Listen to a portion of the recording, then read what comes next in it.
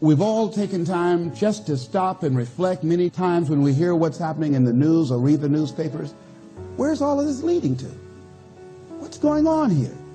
And so I think that now more than ever, we must begin to look at what are the things that we can do that would put us on some firm footing in life, that will enable us to do some things and use some powers that we have, that many of us go through life never ever discovering that we have those things going for us.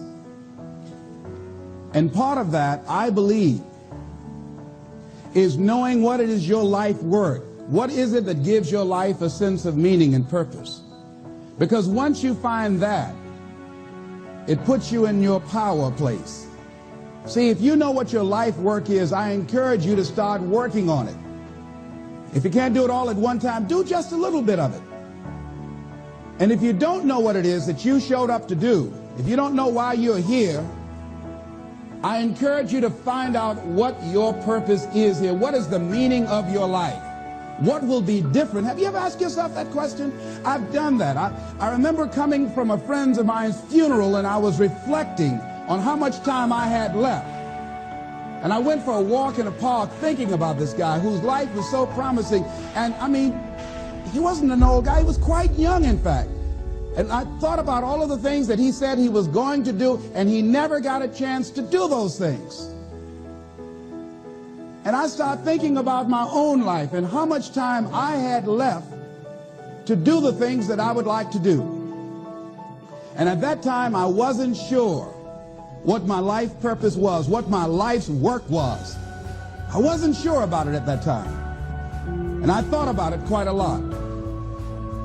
I had some idea, but I wasn't convinced, and I don't think I felt worthy. I didn't believe that it could be me to do this kind of work that I'm doing right now.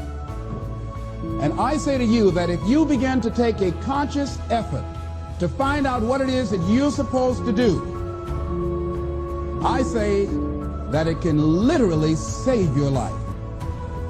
I said that it can literally save your life. 85% of the American public, according to recent studies, are going to jobs that they hate, working on jobs that do not challenge them. They get sick thinking about going. Because, see, when you go to a job and you already know how far you can go, you can already see that proverbial glass ceiling. See, when you're going someplace and you already know how much you're going to make, you already know how far you can go, you're in a dead-end position. It erodes your self-esteem.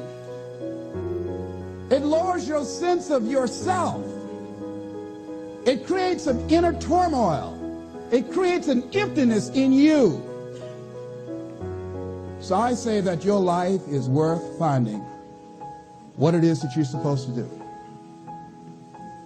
And I'm not saying quit your job. I'm saying find it and do just a little bit of it. Just start working at it just a little bit, but do find out what your work is and hold on to it, and don't let your dream go. Don't let it go. See, and here's something else I want you to begin to look at. Why is it that most people don't pursue their dreams or don't do better than what they're doing if they're capable of doing it? I think that many of us don't go the next step because we don't know what to do yet. And I say that the reason that we don't even explore the possibility of what to do is because subconsciously we don't believe that it can happen for us, and we don't believe that we deserve it. So here's what I'm suggesting. How much time do you spend working on you? How much time do you spend every day working on your dream? In the last 90 days, how many books have you read? In the last year, what new skill or knowledge have you acquired? What kind of investment have you made in you? So I'm saying that as you begin to look at where you want to go, if you want to make it today, and things are changing so fast you have to literally run to stand still, I'm saying that you've got to make some conscious effort to begin to work to develop you. Here's something else. Most people are not living their dreams because of fear, ladies and gentlemen. Fear, limited vision, and lack of self-esteem. is what keeps most people doing things they don't want to do. The same reason that people stay in relationships where they're abused or they're unhappy or it's unfulfilling, they can't see themselves beyond that relationship. They can't see themselves enjoying life without that person. They think that this is all that they can do. The same reason that people get stuck at a certain level in life, they can't see things being better for them. And they think that this is it and this is all they deserve. This is all they've ever seen. It's been passed on to them. And they think that this is it for them. Oh, no. I was looking what Dr. Blanton, Smiley Blanton, who is a colleague of Dr. Norman Vincent Peale, what he said about fear. He said, fear is the most subtle and destructive of all human diseases. Ladies and gentlemen, fear kills dreams. Fear kills hope. Fear put people in the hospital. Fear can age you. Fear, ladies and gentlemen, can hold you back from doing something that you know within yourself that you're capable of doing, but it will paralyze you. And it seems like you're in a hypnotic spell. And I ask you a question, what is the benefit? What's the benefit of allowing fear to hold you back? What's the benefit of giving up on yourself, of not stepping out on life and taking life on? What is the benefit for you? What's the plus in that? It's one of the things I had to ask myself. So I didn't want to make any mistakes. I wanted everybody to like me. I wanted to be perfect the first time I did something. It's not going to happen. You're going to make some mistakes. You're going to hurt some folks' feelings. You're going to create some enemies whenever you decide that you want to begin to take life on. You've got to ask yourself, how long am I going to allow this to hold me back? I like what Zig Ziglar says. He said, fear is false evidence appearing real. That is an illusion that we create in our mind. It is a state of mind that can be changed. So let's look at how we can begin to take some steps to restructure that fear, to begin to expand our visions of ourselves, to begin to increase our self-esteem. Webster said that self-esteem means confidence and satisfaction in oneself. Look at your life right now. Whatever you've done up to this point in time, your life is working. Whatever you have produced, it came out of you as a result of the kind of person that you have become. It's a result of your choices. It's a result of your consciousness. Now you have to ask yourself, are you satisfied with what you have produced? Is this what you want? Would you like for things to be better than this? Do you believe that you deserve better than this? Or are you content? This is it. You don't have to do anything else. That you already resign yourself in life and say, well, I'm happy. I'm not starving like the people in Calcutta. Are you allowing yourself to get off the hook like that? Or do you believe somewhere in the back of your mind or in your heart that there's some other great work for you to do? There's something else that life has for you. And that's why you're here. How do we handle this fear factor? How do we increase our self-esteem? You have to begin to fortify yourself. How do we do that? I believe that you have to begin to consciously monitor your inner conversation and start talking to yourself. Start building yourself up. Sometimes the only good things you will hear about you are the things that you say to you. So I'm saying learn to be your own booster. Start building yourself up. Start encouraging yourself.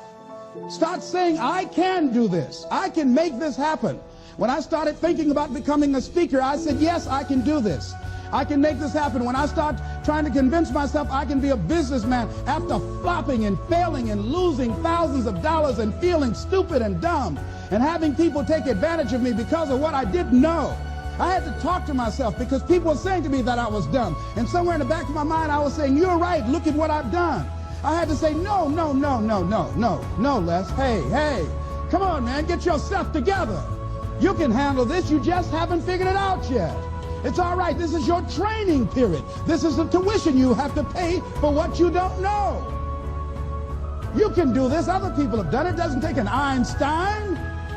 Get you some people that can teach you some stuff that you don't know. Get you some people that have done it successfully and learn from them. Take some seminars, workshops, read some books on how to manage a business. Change the way you see yourself and begin to tend to the personal details. Understand that nobody's going to take care of your business better than you. And when I start changing that kind of mindset of beating myself up because of my mistakes and start looking at the possibility of my doing better, of my making the adjustment that would enable me to do what I want to do successfully, things begin to change. And I say, stop beating up on yourself. You do it. I know you do it. I've done it. It's a natural inclination for us to put ourselves down. See, we are born negative, I think, in a negative consciousness because we live in a negative world. Here's some other things, ladies and gentlemen. Begin to guard your mind against negative programming, like turn off the television. Don't watch the news. So you've got to guard the kinds of things that you put in your mind. See, if you don't program your mind will be programmed, because human beings are goal-oriented. That's why we die of broken hearts early. That's why we're running through life to early graves. We're going through life, ladies and gentlemen, and I think that Henry David Thoreau said that most men live in quiet desperation. Most of us go through life running scared. So we created this in our minds, false evidence appearing real. We made it real in our minds. That's why Churchill said there's nothing to fear but fear itself. That's the destructive monster. So turn off things that can contribute to your fear.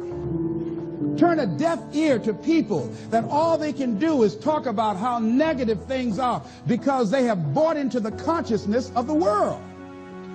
Start attending workshops, seminars, listening to tapes on a daily basis to begin to recondition your mind, to retrain your thinking. Faith comes by what? Hearing and hearing and hearing. Listen to things that can empower you, that can enable you to create a new reality for yourself, and a new life for yourself. You might appear to be strange around most people. You know, most people think you're strange if you're happy today. See, these people have not found their purpose in life. That's why they're grumpy. That's why they're miserable. That's why they're so negative. They're hurting and they want to hurt other people. So start practicing using programs for your mind. Seminars, books, workshops. Keep a journal. Record your thoughts, what's happening with you. Every day when you get up, have a journal near you. See, ladies and gentlemen, we get 3 to 4 thoughts a year that if we would act on those thoughts, they could change our life. What idea are you sitting on? Write your ideas down. And then, once you get that idea, take the leap. Take the leap. See, it's out here in the universe. If you don't take the plunge, I guarantee you, somebody else will. Take the plunge. Go into action. And ladies and gentlemen, you will be surprised at how things will come together. You'll be surprised. Now, you're going to have some difficult challenges. I can tell you that now. Be aware of that. Things are not going to work out exactly right. For a time they will, sometimes. And that's when life is just playing a game with you. I want you to feel good and relax. But ladies and gentlemen, go into action with your dream. And don't avoid where the fights are. Get in the midst of the fight. Get knocked down so you can learn how to fight, so you can hold your position. See, most people don't get out in the arena of life because they don't want to fight. Most people don't get out there because they don't want to get knocked down. They don't want to be dropped to their knees. But see, you're going to be dropped whether you're on the field or whether or not you're sitting on the sidelines. You're going to be dropped. So at least get dropped for something. See, that's how most people are spectators in life. You don't want to be a spectator. You want to get out in the field where the action is, and you will be amazed. After the struggle, there will be a calm period, and things will begin to click for you.